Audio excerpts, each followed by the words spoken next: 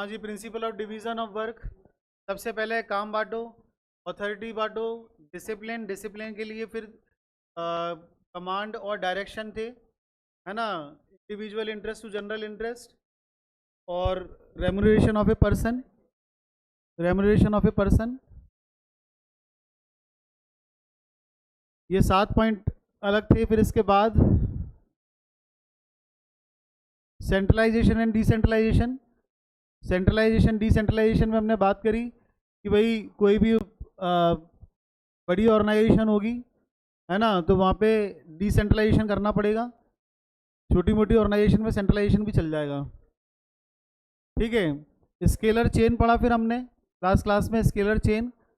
Centralisation decentralisation कैसे, centralisation decentralisation scalar chain के through, ठीक है। तो स्केलर चेन के थ्रू इन्होंने बोला कि अथॉरिटी और चेन एक प्रॉपर बनानी चाहिए, सुपीरियर और सबऑर्डिनेट की एक प्रॉपर चेन बनेगी, सुपीरियर और सबऑर्डिनेट की एक प्रॉपर चेन बनेगी। और फेवल ने बोला कि सारे काम होने चाहिए इसी चेन के थ्रू। लेकिन फिर बाद में क्या हुआ कि फेवल ने देखा कि भाई काम लेट हो रहा है, तो लेट हो रहा है तो फिर इसके लिए फिर क्या, अर्जेंट इन्फॉर्मेशन के लिए, तो इसके लिए गैंग प्लांक फिर आया, है ना। गैंग प्लांक में कोई भी अगर आपकी अर्जेंसी है तो ये बंदा डायरेक्टली इससे भी मिल सकता है, ठीक है। तो ये गैंग प्लांक था।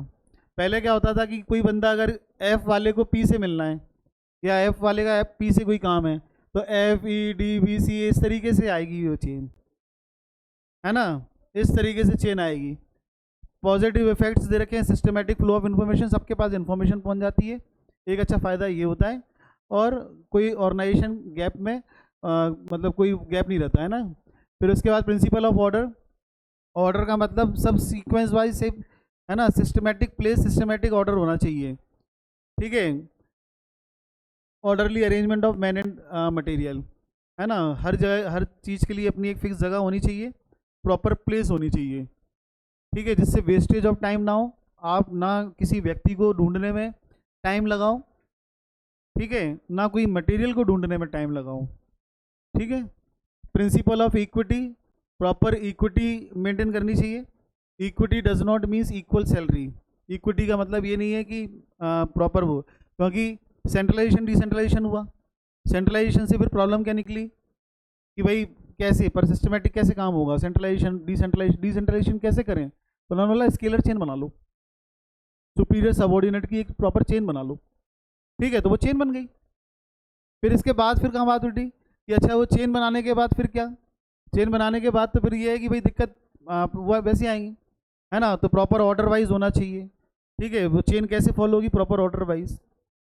फिर क्या है कि भाई ऑर्डर यहाँ पे आ गए, है ना, तो फिर वो इक्विटी मतलब वो है ज़रूरी है कि ऐसा ना हो कि इक्विटी में वो हो जाए, ठीक है। तो इक्वल सैलरी नहीं, सबके हिसाब से जो भी जैसा भी बंदा है ना, उसके हिसाब से इक्विटी होना चाहिए। Positive effects, employees gate satisfied, ठीक है। Principle of stability of tenure, ठीक है। इक्विटी की बात आएगी तो बेटा एक stability of tenure of person क्या है बेटा, कोई भी व्यक्ति कितने टाइम तक ऑर्गेनाइजेशन में रहेगा, ठीक है, ये इशू है।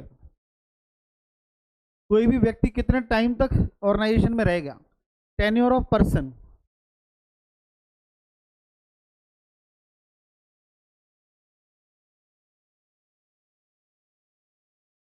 हाँ जी, क्या होता है बेटा, जैसे इक्विटी की बात चले तो हाँ भाई सबको बराबर, सबको बराबर, सबको इक्वल ट्रीटमेंट दिया जाए, सबको इक्वल ट्रीटमेंट दिया जाए।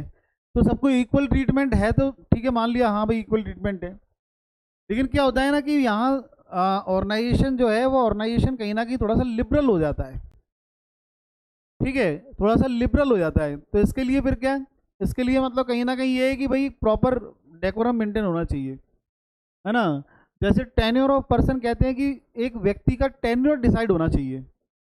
जैसे गवर्नमेंट जॉब है तो वहाँ पे बताया जाता है कि रिटायर्ड होगा कोई व्यक्ति तो 58 ईयर्स पे रिटायर हो जाएगा, 58 ईयर्स पे रिटायर होगा, 60 पे रिटायर होगा, वॉट एवर जो भी जैसी भी क्राइटेरिया सबका अपना अलग अलग चलता रहता है। टेन्योर ऑफ पर्सन, रिटायरमेंट कब होगा ये मतलब बता रखा हुआ है। अच्छा क्या होता है कि अगर प्राइवेट, जैसे प्राइवेट जॉब है, प्राइवेट जॉब क्यों ज़्यादातर लोगों को पसंद नहीं आ पाती, प्राइवेट जॉब का ये है पता नहीं कब नौकरी से निकाल देंगे, है ना, पता नहीं कब क्या क्या सिचुएशन बन जाए, नौकरी से निकाल दिया। गवर्नमेंट जॉब क्यों ज़्यादा मतलब अट्रैक्टिव होती है? गवर्नमेंट जॉब अट्रैक्टिव इस बात के लिए क्यों, क्योंकि ये है कि सेफ्टी है वहाँ पे, सिक्योरिटी है। लोग बाग उस जगह ज़्यादा अट्रैक्ट होते हैं जहाँ पे सेफ्टी और सिक्योरिटी होती है ना। वो सेफ्टी सिक्योरिटी किस बात की, कि भाई लगभग ये है कि हाँ कोई भी कैसी सिचुएशन, कोई नौकरी से निकालने वाली सिचुएशन नहीं बनने वाली। मतलब वहाँ पे टेन्योर डिसाइड है, टाइम पीरियड डिसाइड है वहाँ पे, और जो भी टाइम पीरियड है उसी टाइम पीरियड के हिसाब से चीज़ें चलनी है ना। तो स्टेबिलिटी, तो सबसे पहले तो फ्यूल्स ने क्या किया, फ्यूल्स ने इंसिस्ट किया कि एक स्टेबिलिटी, टाइम डिसाइड होना चाहिए, एक प्रॉपर टाइम डिसाइड होना चाहिए। और जैसे एक बार टाइम डिसाइड होगा फिर वर्कर मन लगा के काम करेंगे, ऐसा जो होता है, ऐसा फ्यूल का मानना था, है ना, ऐसा फ्यूल्स का मानना था। अच्छा, अगर इनजस्टिस होगा तो फिर क्या होगा, फिर कहीं ना कहीं ये रहेगा कि भाई काम करेंगे नहीं। It refers to no frequent termination and transfer, कि कोई टर्मिनेशन या ट्रांसफर जो है ना वो फ्रीक्वेंटली नहीं होना चाहिए। ठीक है, management must provide the feeling of job security among the employees, employees में जॉब सिक्योरिटी होनी चाहिए, एक पर्टिकुलर जॉब टाइम पीरियड जो है ना, इस हिसाब से। Frequent turnover of employees is bad for organisation and such decision must be taken when they are almost unavoidable. अगर किसी एम्प्लॉय को निकालना भी पड़े, है ना, बहुत ही ज़्यादा मजबूरी फंस गई, तो निकाला जाए। मतलब गवर्नमेंट आज की डेट में जो, देखो हर चीज़ के हिसाब से मतलब वो रहते हैं, टाइमिंग चीज़ें चेंज होती हैं। पहले गवर्नमेंट ने इस कॉन्सेप्ट पे काम किया है, और वो तो अपन देख ही रहे हैं कि फ्यूल्स के कॉन्सेप्ट पे ही मैनेजमेंट चला है। मैनेजमेंट ने कई फ्यूल्स के कॉन्सेप्ट फॉलो किए हैं, ठीक है, वो तो कहीं ना कहीं अपन देख ही रहे हैं, ये भी मैनेजमेंट ने फॉलो किया। पर अब क्या है कि जैसे कोई गवर्नमेंट एम्प्लॉई अगर वो किसी चीज़ का, जैसे है ना, अब ज़्यादातर गवर्नमेंट एम्प्लॉई में क्या हो जाता है कि अरे नौकरी तो जाएगी नहीं, तो मन के हिसाब से काम करते हैं, नहीं कर रहे तो नहीं कर रहे काम, है ना। तो उसके लिए भी क्या कर दिया, उसके लिए भी ये कर दिया भाई, अगर इस प्रकार की सिचुएशन है ना, तो आजकल गवर्नमेंट ने क्या कर दिया, पहले 5 साल के लिए ट्रायल पीरियड पर रखते हैं। 5 साल अगर आपने अच्छे काम किए तो फिर उसके बाद आपको परमानेंट कर देंगे। तो टाइम के हिसाब से चीज़ें बदलती हैं। तो एक टाइम पे लगभग जो उस टाइम पे चीज़ें चल रही थी, आज से 100 साल पहले, है ना, डेली बेसिस पे लोग काम कराते थे, खेती बाड़ी का जैसे उस टाइम पे वो था ज़्यादा, तो डेली बेसिस पे काम हो रहा है। तो अब जो डेली बेसिस पे काम हो रहा है तो पर डे, दिहाड़ी पर डे के बेसिस पे चल रहा है। फिर उन्होंने बोला, फ्यूल्स ने बोला, क्योंकि अच्छे एम्प्लॉयज़ चाहिए काम करने के लिए। अब वो अच्छे एम्प्लॉयज़ कहाँ से मिलेंगे? अच्छे एम्प्लॉयज़ तब मिलेंगे जब आप उनको सेफ्टी दोगे, सिक्योरिटी दोगे।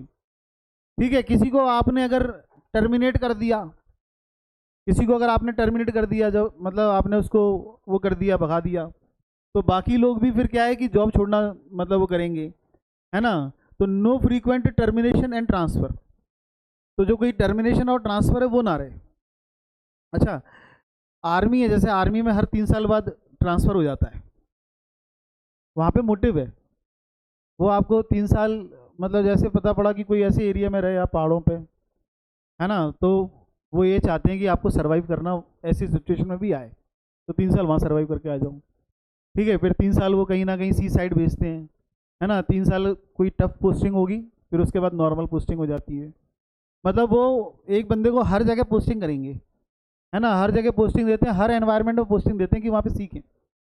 टर्मिनेशन करना, नौकरी से निकालना सॉल्यूशन नहीं है बेटा। अगर किसी को किसी चीज़ से प्रॉब्लम है तो ऐसे नहीं, सिखाना भी पड़ता है बेटा काम, है ना। तो जहाँ पे बात करें कि भाई फ्रीक्वेंट टर्मिनेशन वगैरह, कि कोई भी बात हुई नौकरी से निकाल दिया, है ना, ट्रांसफ़र कर दिया, that is not the solution. एक सिस्टमेटिक अगर प्रॉपर काम किया जाए, है ना, तो वो प्रॉपर काम मतलब उस हिसाब से होना चाहिए। कोई समस्या इसके ऊपर? तो बेटा हायर क्लासेस में एक चैप्टर है पूरा, टर्नओवर ऑफ एम्प्लॉयज़ के लिए। मतलब एम्प्लॉयज़ जब छोड़ के जाता है, एम्प्लॉयज़ जब छोड़ के जाता है, जैसे स्टाफिंग भी पढ़ोगे यहाँ पे, तो कितना नुकसान होता है वहाँ पे, क्योंकि आपको एक एडवर्टीजमेंट देना पड़ेगा, फिर वो आएगा, वो पैनल बैठेगा, पैनल सिलेक्शन करेगा, उसको ट्रेनिंग दोगे, है ना, तो काफ़ी नुकसान होता है बेटा। तो फ्यूल्स ने भी यहाँ पे बोला कि भाई कोशिश करो कि कोई छोड़ के ना जाए, हालांकि अब डिसएडवांटेज दिख रहे हैं, ठीक है, लेकिन उस टाइम के लिए इतने वो नहीं थे, बस ये था कि हाँ भाई कोई छोड़ के ना जाए, कोशिश कम से कम ये कीजिए।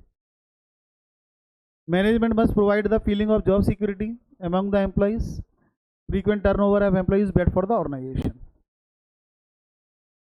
है ना। पॉजिटिव इफेक्ट इसका क्या फायदा निकलेगा, employees will work without pressure, employees जो है वो विदाउट प्रेशर काम करेंगे। अगर उनको हमेशा यही खतरा लगा रहेगा कि कभी भी नौकरी जा सकती है, तो वो फिर वो प्रॉपर तरीके से काम नहीं कर पाएंगे, है ना। जिस तरीके से उनकी प्रोडक्टिविटी आती है उस तरीके से काम नहीं कर पाएंगे।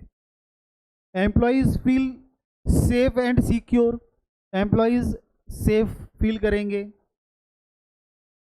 Employees feeling of belongingness, employees में एक फीलिंग डेवलप होगी, एक रिलेशन डेवलप होंगे कंपनी के साथ, है ना, जिसके बेसिस पे ये है कि काम करना उनके लिए कन्वीनियंट हो जाएगा, आसान हो जाएगा। ये इसके पॉजिटिव साइड इफेक्ट्स हैं। कोई समस्या?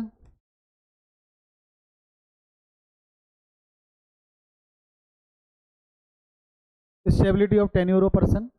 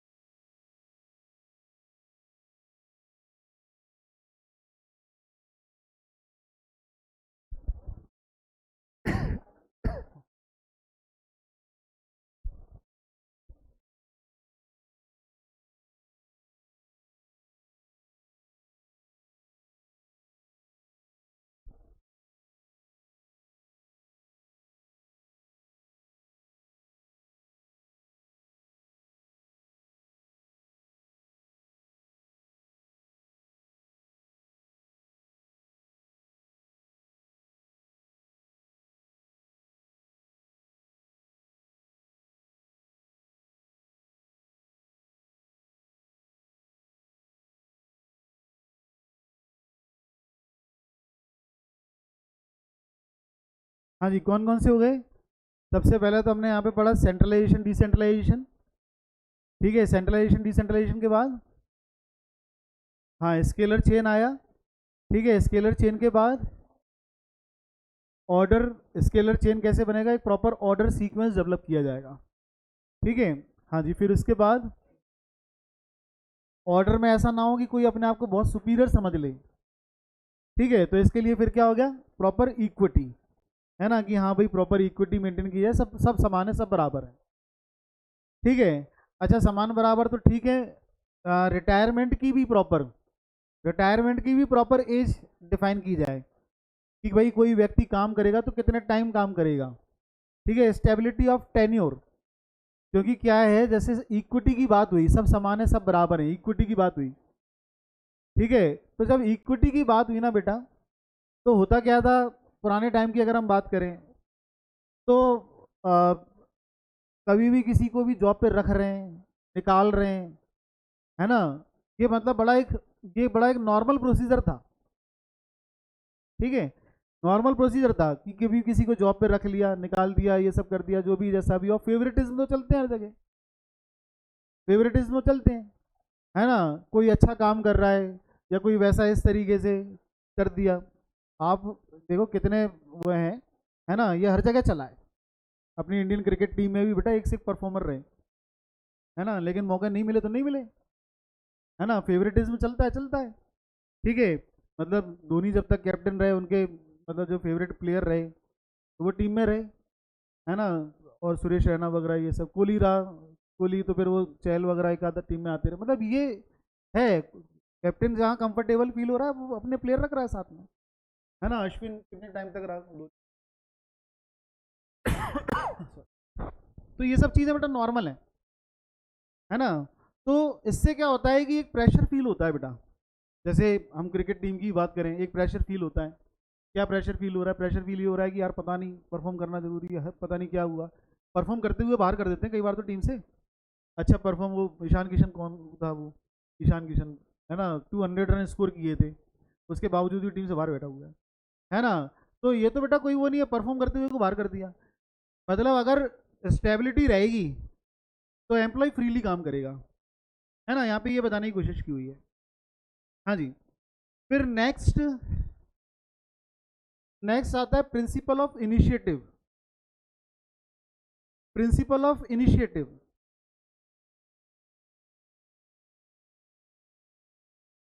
ये बड़ा मुश्किल काम है भाई। प्रिंसिपल ऑफ इनिशिएटिव कहते हैं एम्प्लॉयज में आदत होनी चाहिए, एम्प्लॉयज में इनिशिएटिव की आदत होनी चाहिए, है ना। क्या होता है नॉर्मली साइकोलॉजी क्या होती है कि अरे शुरुआत कौन करे, क्या करे, कैसे करे। ये हैबिट डालो बेटा अभी से, ये हैबिट डालो कि कोई भी काम करना है कैसे करना, आगे बढ़ बढ़ के काम करना है। और मैनेजमेंट में उसी की पूछ परख है बेटा, कि जो आगे बढ़ बढ़ के काम कर रहा है। मतलब कई ऐसे किस्से मुझे याद आते हैं, जब भी मैं पढ़ाता हूँ मुझे एक किस्सा वो जरूर याद आता है।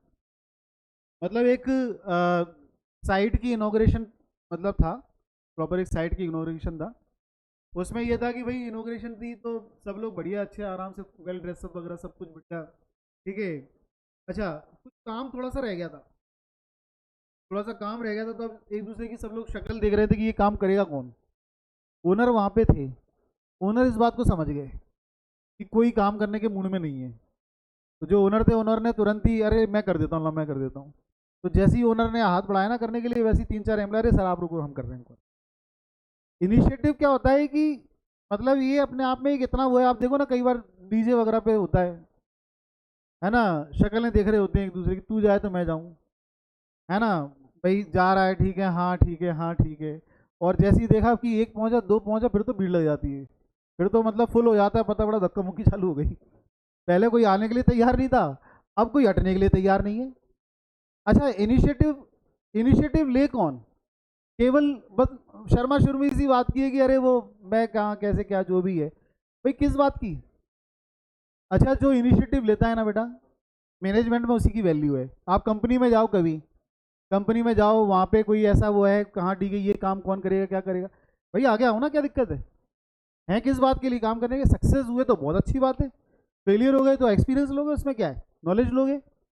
इसलिए बहुत पॉजिटिव माइंडसेट होना चाहिए, प्रिंसिपल ऑफ इनिशिएटिव डेवलप करना चाहिए, है ना। फेवल्स ने बहुत हाईली यहाँ पे वो कह रहा हूँ, मैं तो हमेशा बच्चों से बोलता हूँ कि बेटा इनिशिएटिव लेके चलो, अपने आप आगे चीज़ों को लेके अपने आप खुद करना चालू करो, खुद करना सीखो, ठीक है। अपने आप ही ये सब चीज़ों को मतलब कि हाँ भाई ये चीज़ है वो चीज़ है, वो सब जब तक अपन इनिशिएटिव नहीं लेंगे, है ना, तो तब तक बेटा अब वो टाइम रहा नहीं है। कंपटीशन इतना है मार्केट में कि बेटा अगर आप इनिशिएटिव नहीं लोगे तो भीड़ का हिस्सा बन जाओगे। तो प्रॉपर इनिशिएटिव लेना चालू करो, कहीं भी ऑर्गेनाइजेशन कहीं भी कैसे भी कुछ भी है, हर चीज़ में पार्टिसिपेट करो एक्टिवली, मतलब एंगेज अपनी 12th में नहीं, है ना, ये पढ़ा रहा हूँ सिखा रहा हूँ, है पता पड़ा का चालू हुआ, अरे सर डांस कंपटीशन था स्कूल में, है ना, या स्पोर्ट्स कॉम्पिटिशन सब बेकार। 12th में नहीं, 12th के बाद कॉलेज में जाओगे ना, कॉलेज में जाओगे तो दोबारा से पढ़ा दूंगा इनिशिएटिव, दोबारा से कर लेना, कोई दिक्कत नहीं है ना। पर ये है कि अभी नहीं, वहाँ पे इनिशिएटिव यहाँ पढ़ाई में लो ना, इनिशिएटिव टेस्टों में लो, तमाम अभी वो होंगे तमाम, मतलब कोई यहाँ टेस्ट हो रहा है वहाँ टेस्ट हो रहा है, पहुँच जाया करो वहाँ पे कि हाँ भाई ये वाला टेस्ट हो रहा है, ला देखें जरा, ठीक है। वो वाला टेस्ट कौन सा, स्कॉलरशिप तमाम दुनिया भर के होते रहते हैं, है ना, दोनों जाके क्या दिक्कत है उसमें, बात समझ रहे हो। तो इसलिए क्या है कि बेटा एक इनिशिएटिव जो है, इनिशिएटिव अप्रोच होनी चाहिए कि भाई कोई भी काम करना है, किसी भी तरीके से काम करना है। Initiative means first step with the motivation, motivation के साथ कि नहीं होगा ना, क्यों नहीं होगा। ऑर्गेनाइजेशन में चर्चाएं चल रही होंगी, पूरी मीटिंग बैठी हुई है, पूरे सब बैठे हुए हैं बड़े बड़े ऑफिसर वगैरह, उन्होंने ये वाला काम कैसे होगा, क्या होगा, कैसे कौन करेगा, मैं कर रहा हूँ, है ना, कैसे होगा, कैसे ऐसे करेंगे, ये भी है एक प्रॉपर प्लानिंग बता दो, ठीक है। होगा कि नहीं होगा, क्यों नहीं होगा, एक प्रॉपर माइंडसेट होना चाहिए ना, पॉजिटिव माइंडसेट हो, ठीक है, उसी तरीके से होगा। हाँ जी, employees in the organisation must be given an opportunity. अच्छा इसमें क्या है, एम्प्लॉयज़ की भी बात हुई है ना। अच्छा जैसे एम्प्लॉयज़ है, कोई इनिशिएटिव ले रहा है कि अरे ये वाला काम करें सर, ऐसे करें वो करें। कई बार क्या होता है कि एम्प्लॉयज़ आइडिया देते हैं, एम्प्लॉयज़ आइडिया देते हैं, और ऑर्गेनाइजेशन में क्या होता है वो आइडिया में मतलब एम्प्लॉयज़ को डाउन कर देते हैं, डांट देते हैं, अरे कुछ नहीं आता बैठ जा तू, है ना। मतलब ये सब चीज़ें हैं, होता है भाई। अगर आपने बोल दिया कुछ नहीं आता वो नहीं है, तो उसका हौसला डाउन हो गया। उसका अगर मन कर रहा है किसी भी चीज़ में कि हाँ भाई ये करना है वो करना है, ये चाहते हैं इस तरीके से। कई आते हैं कॉम्पिटिटिव एग्जाम या वो इस तरीके से, सर ऐसा वैसा पास होंगे नहीं होंगे वो नहीं है, और हम बोल दें कि अरे नहीं कुछ नहीं आता तो पास नहीं होने वाला, भूल जा, रहने दो यहाँ से, वो काम खत्म होगी। ठीक है, कोशिश मेरा बेटा यही बोलना पड़ता है कि सब बेटा पास होने वाले इंसान ही तो पास हो रहे हैं, है ना। अच्छे मार्क्स लेके आ रहे हैं, इंसानी मार्क्स लेके आ रहे हैं। ठीक है, तो जब वो कर सकते हम क्यों नहीं कर सकते? तो थोड़ा सा मोटिवेशन भी तो बढ़ाना पड़ेगा। वही डायरेक्ट ही बोल दिया यार कुछ नहीं आ, है ना, तो फिर हो गया काम खत्म, है ना। तो इसलिए employees in the organisation must be given opportunity to take some initiative in making and executing a plan. Plan बनाना, एग्जीक्यूट करना, इसमें एक प्रॉपर वो होना चाहिए।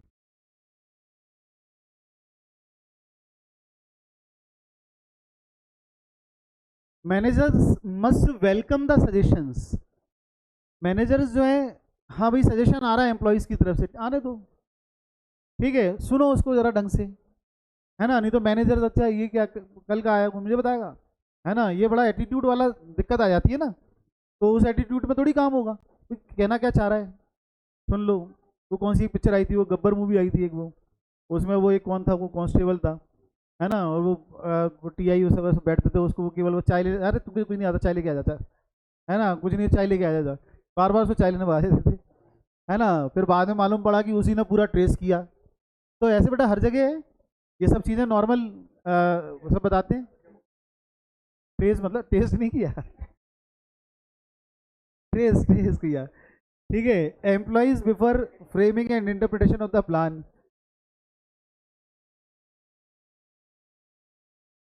हाँ जी,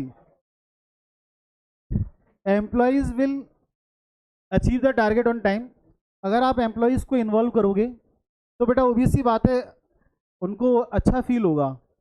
किस बात की कि हाँ भाई एक आइडिया दिया उन्होंने, जैसे कई बार स्टूडेंट्स क्लास में आइडिया देते हैं, है ना, या कोई भी इस तरीके से वो रहता है।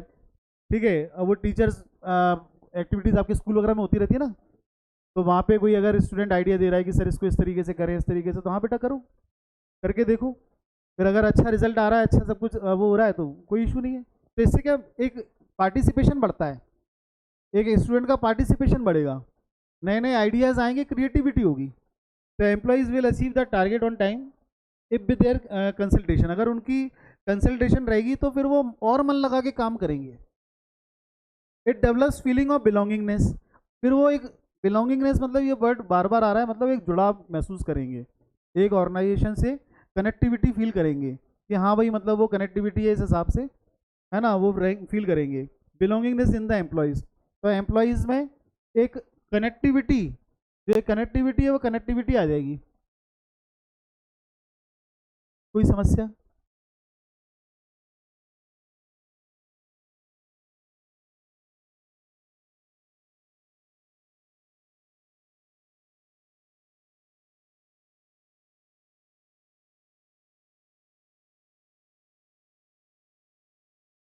ऐसा ऐसा क्या रहता है, 24 घंटे ऐसी आती रहती है?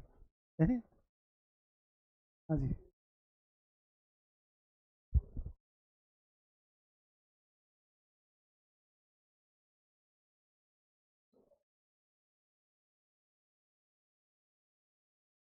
Principle of initiative.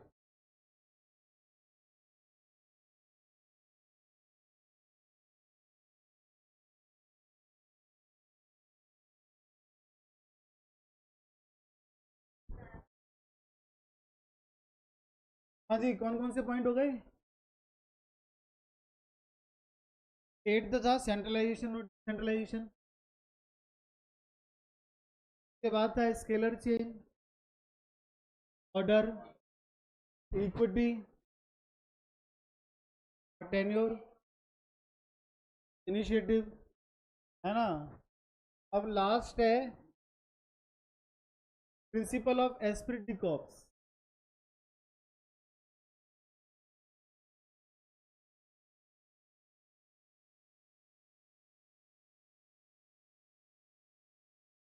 Spirit D cops means unity, unity has the strength. Spirit D cops, unity has the strength. अच्छा, एस्पिरिट डी कॉप्स अगर देखा जाए तो मतलब यूनिटी है ना। और जैसे फ्यूल्स फ्रेंच से बिलोंग करते थे, फ्रेंच इंजीनियर थे, तो मतलब जैसे हर लैंग्वेज में कुछ मतलब वो रहता है कि हाँ भाई यूनिटी, यूनिटी इस तरीके से। तो इसी हिसाब से ये लैंग्वेज यूज हुई जो यूनिटी शो कर, एस्पिरिट डी कॉप्स, है ना। तो ये फ्रेज टाइप का हो गया बेसिकली। इसका मतलब क्या है कि यूनिटी, है ना, यूनिटी एज द स्ट्रेंथ, मतलब अल्टीमेटली क्या है कि सब कुछ 13-14 पॉइंट हो ही गए, समझाया पूरा एक्सप्लेन। लास्ट में बस कंपाइल करते करते आनी सब में यूनिटी होनी चाहिए। जब तक यूनिटी नहीं होगी तो फिर अल्टीमेटली जो है वो गोल टास्क तो अचीव ही नहीं होंगे, है ना। तो इस हिसाब से उन्होंने क्या, एस्क्रिट डीप कॉप्स लास्ट में unity as the strength, it emphasis on team work, common point है, ऐसा कुछ खास नहीं है ना। एस्क्रिट डीप कॉप्स उन्होंने बोला कि जो है मेन टीम वर्क होता है, और अगर एक बार टीम स्पिरिट आ गई, एक बार टीम स्पिरिट आ गई तो बेटा फिर ऑर्गेनाइजेशन जो है, ऑर्गेनाइजेशन को मतलब सक्सेस होने से कोई नहीं रोक रहा। लेकिन क्या है, टीम स्पिरिट होनी भी तो चाहिए कि उस हिसाब से मतलब टास्क जो है वो टास्क परफॉर्म कर सके। Every employee in the organisation must consider him as part a member of the company. ठीक है, कोई कंपनी एक ऑर्गेनाइजेशन का एक मेंबर है वो। टीम गोल जो है ना, because team contribution is always more than individual contribution, है ना। कोई एक अकेला व्यक्ति है, उससे जो है वो टीम कंट्रीब्यूशन ज़्यादा है, इंपॉर्टेंट है। तो ये जो कंट्रीब्यूशन है टीम के अकॉर्डिंग, तो कॉमन पॉइंट है इसमें बोला कि भाई यूनिटी होना चाहिए, और अगर टीम वर्क के हिसाब से चला जाए तो डेफिनेटली जो गोल है वो टारगेट है ना, वो अचीव हो। Positive effect, it develop team spirit, achievement of group common goal.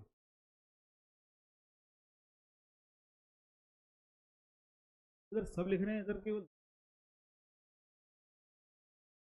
मोक्ष को प्राप्त हो चुके हैं, वो कहते हैं ना कि क्या ब्रह्म ज्ञान प्राप्त हो चुका, लिख के करेंगे क्या। और ये तो हमें याद हो ही गया, अभी लग रहा है सर बात कर दी आपने, 4 दिन बाद क्या हुआ भूल गए सर। देखो इसको, क्लास में जो भी चीज़ें चलें, है ना, क्लास में जो भी चीज़ें है ना चले उनको लिखो, पुट डाउन करो, पेन वेन चला, चलो चलो, है ना। पेन वेन जो है वो थोड़ा सा चलाते रहा करो, आया है।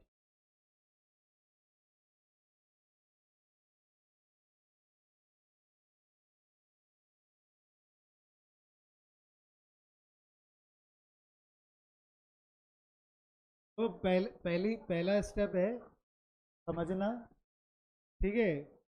पहले समझें और थोड़ा सा जो है कंसाइज वे में नोट्स तो मिलेंगे, पर वो डिटेल होंगी, और इतना नोट्स पूरा याद नहीं, हालांकि 100 पेज है, ज़्यादा नहीं है, लेकिन वो 100 पेज जो है वो याद थोड़ी कर पाओगे, इसलिए बहुत थोड़ा सा कंटेंट है यहाँ पे, ठीक है।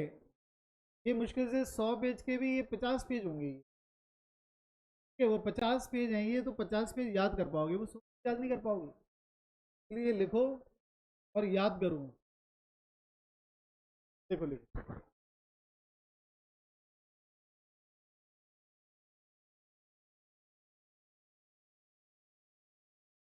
हाँ, ये भी तो